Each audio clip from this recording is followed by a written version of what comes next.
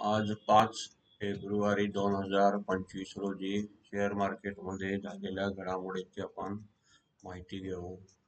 साधारण आज निफ्टी पाहिलं असतं आपल्याला 23,696.30 अंकाने बंद होऊन 42 अंकाने आज घटलेले दिसत आहे.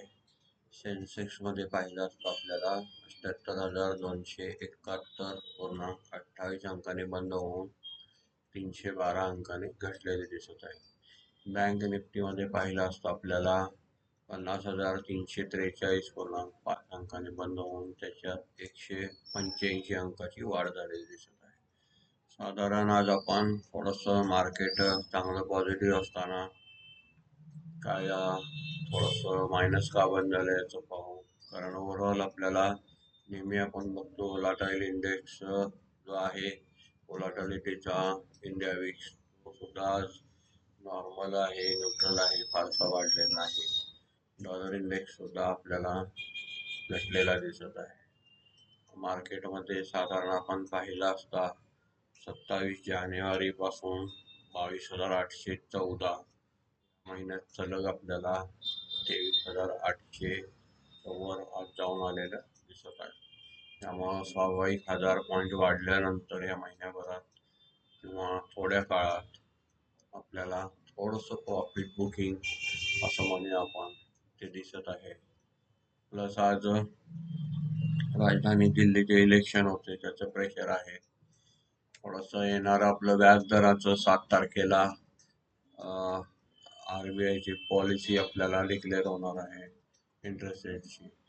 परत त्या मानाने मार्केट तरी खूप स्ट्रॉंग आहे असं म्हणता येईल.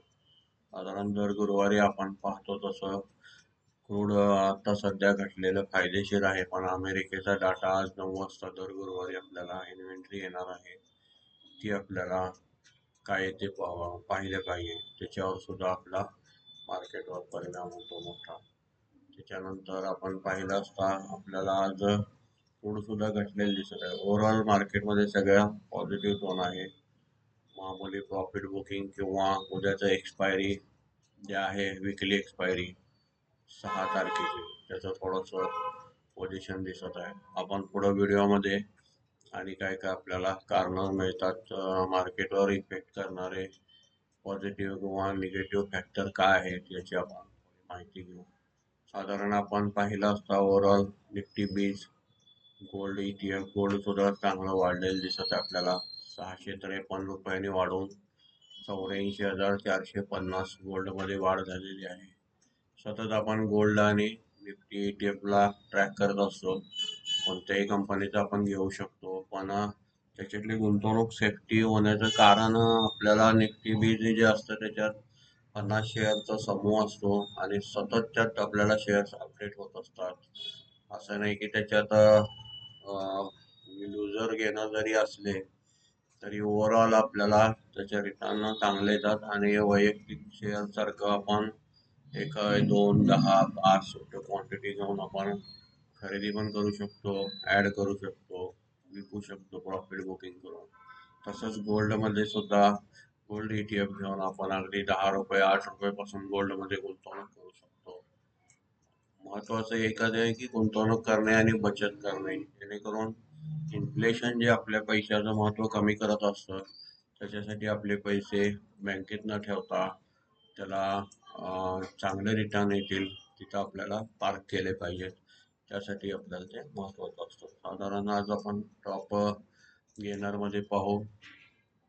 निफ्टीमध्ये Hindalco, ITC hotel, ONGC, Apollo hospital, BPCL, Adani port, coal India, BEL, Adani enterprises, IndusInd bank, Tata motors, Hero motocorp, HDFC bank, doctor Reddy, Tata steel, JSW steel, Bajaj finance, Grasim, power grid, UltraTech cement इत्यादी आपल्याला गेनरमध्ये दिसत आहे.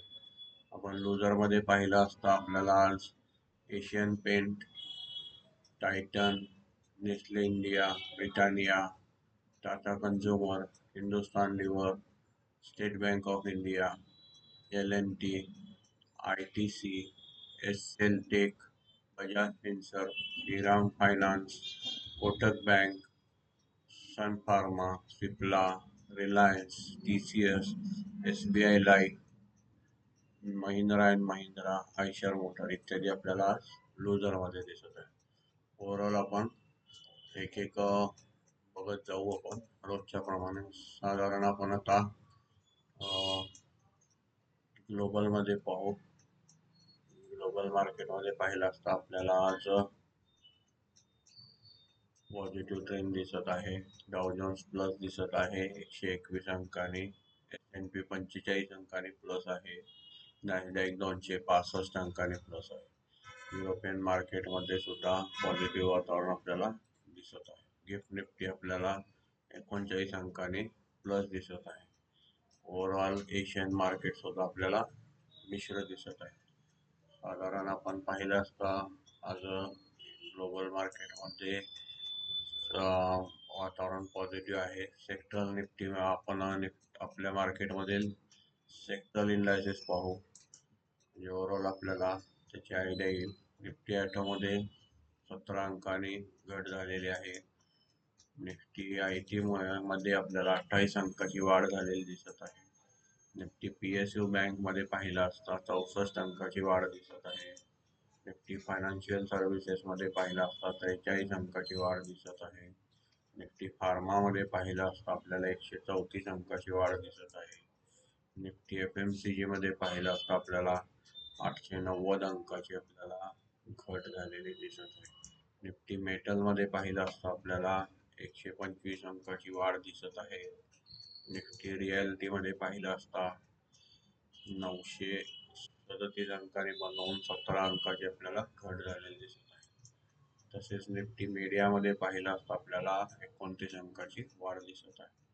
निफ्टी एनर्जीमध्ये पाहिलं असता आपल्याला 448 अंकाची वाढ दिसत आहे. आपण साधारण सेक्टर इंडायसेस बघण्याचं कारण कोणत्या सेक्टर्स मधील शेअर आता सध्या वाढत आहेत आणि कोणत्या घटत आहेत त्याच्यावर आपल्याला गुंतवणूक करण्यास डिसिजन घेण्यासाठी फायदा होतो. निफ्टी प्रायव्हेट बँकमध्ये पाहिलं असता आपल्याला 62 अंकाची वाढ झालेली दिसत आहे. ओव्हरऑल अर्निंगमध्ये पाहिलं असता आपण अर्निंगमध्ये आपल्याला आज Info Edge, Zydus Life, Swiggy, Abbott India, Cummins, Solar Industry इत्यादी रिझल्ट आलेले दिसत आहेत. आणि अनेक नवीन आलेले इश्यूज स्विगी किंवा बरेचसे आता जवळजवळ 70,000 करोडचे झालेले IPO रिसेंटली त्यांचं लॉकिंग पिरियड म्हणजे संपत आलेलं आहे. त्यामुळं थोडंसं मार्केटवर प्रेशर आहे. बऱ्यापैकी मोठ्या लिक्विडिटी येऊ शकते. साधारण त्याच्यानंतर आपण पाहिलं असतं आपल्याला आजचा FIचा आपण फंड ॲक्टिव्हिटी पाहू. फंड ॲक्टिव्हिटी मध्ये आपल्याला डोमेस्टिक इन्स्टिट्यूट म्हणजे DIने 12,860.76 कोटीची ग्रॉस परचेस केलेली दिसत आहे. त्याच्या अगेन्स्ट 11,864.48 कोटीची ग्रॉस सेल्स दिसत आहे. टोटल नेटमध्ये पाहिलं असता आपल्याला 996.28 कोटीची परचेस. आता फॉरेन इन्स्टिट्यूट आपण पाहू. 14,112.34 कोटीची आपल्याला ग्रॉस बाईंग दिसत आहे आणि 15,795.17 कोटीची ग्रॉस सेल्स दिसत आहे. ओव्हरऑल पाहिलं असता नेटमध्ये आपल्याला 1,682.83 कोटीची कॅशमध्ये नेट विक्री केलेली दिसत आहे. साधारण आपण त्याच्यानंतर डेरिव्हेटिव्हमध्ये पाहू. डेरिव्हेटिव्हमध्ये पाहिलं असता आपल्याला इंडेक्स फ्युचरमध्ये साधारण निफ्टी 50मध्ये 120 कोटीची नेट बाईंग दिसत आहे. निफ्टी बँकमध्ये 415 कोटीची नेट बाईंग दिसत आहे. निफ्टी फायनान्शियलमध्ये फ्युचरमध्ये 4.63 कोटीची आपल्याला बाय दिसत आहे. निफ्टी मिड कॅप सिलेक्टमध्ये पाहिलं असता आपल्याला 83.67 कोटीची आपल्याला नेट परचेस दिसत आहे. निफ्टी 50मध्ये पाहिलं असता आपल्याला 9.33 कोटीची नेट खरेदी दिसत आहे. निफ्टीच्या आता आपण फ्युचरचे ऑप्शन्स पाहू इंडायसेसचे. ऑप्शन्समध्ये पाहिलं असता निफ्टी 50च्या ऑप्शन्समध्ये आपल्याला 14,985 कोटीची आपल्याला नेट विक्री दिसत आहे. निफ्टी बँक मध्ये आपल्याला 203.10 कोटीची नेट विक्री दिसत आहे. फायनान्शियल सर्व्हिसेस मध्ये पाहिलं असता आपल्याला 298.21 कोटीची नेट आपल्याला विक्री दिसत आहे. निफ्टी मिड कॅप सिलेक्ट मध्ये पाहिलं असता 200.82 कोटीची आपल्याला विक्री दिसत आहे. निफ्टी नेक्स्ट 50 मध्ये पाहिलं असता 3.41 कोटीची विक्री केलेली दिसत आहे. साधारण आपण डेरिव्हेटिव्ह मध्ये स्टॉक फ्युचर आणि स्टॉक ऑप्शन मध्ये पाहू. स्टॉक फ्युचर्स मध्ये आपल्याला ओव्हरऑल 2638.59 कोटीची नेट विक्री दिसत आहे. स्टॉक ऑप्शन्स मध्ये पाहिलं असता आपल्याला 970.79 कोटीची नेट आपल्याला विक्री दिसत आहे. ओव्हरऑल आपण आता त्याचा इफेक्ट पाहत असतो. प्रत्येकाने आपण थोडस इथं ऑप्शन चेन मध्ये जाऊन NSE वेबसाईट ओपन आहे, सर्वांसाठी फ्री आहे. इथं आपल्याला पोझिशन किंवा मार्केटचा ट्रेंड कळत असतो. प्रत्येक स्टॉक मधला ट्रेंड कळत असतो. त्याच्या फ्युचर्स मधील ओपन इंटरेस्ट किंवा आपल्याला कोणत्या स्ट्राईक रेटला किती ओपन इंटरेस्ट स्टँडिंग आहे, त्याच्यामुळे सपोर्ट आणि रेजिस्टन्स कळत असतात. जसं की आपण निफ्टीला पाहू. आता निफ्टीमध्ये आपल्याला 23,850 मध्ये नवीन ऍड केलेले दिसत आहेत. 23,800 ला आपल्याला नवीन इथं रेजिस्टन्स दिसत आहे.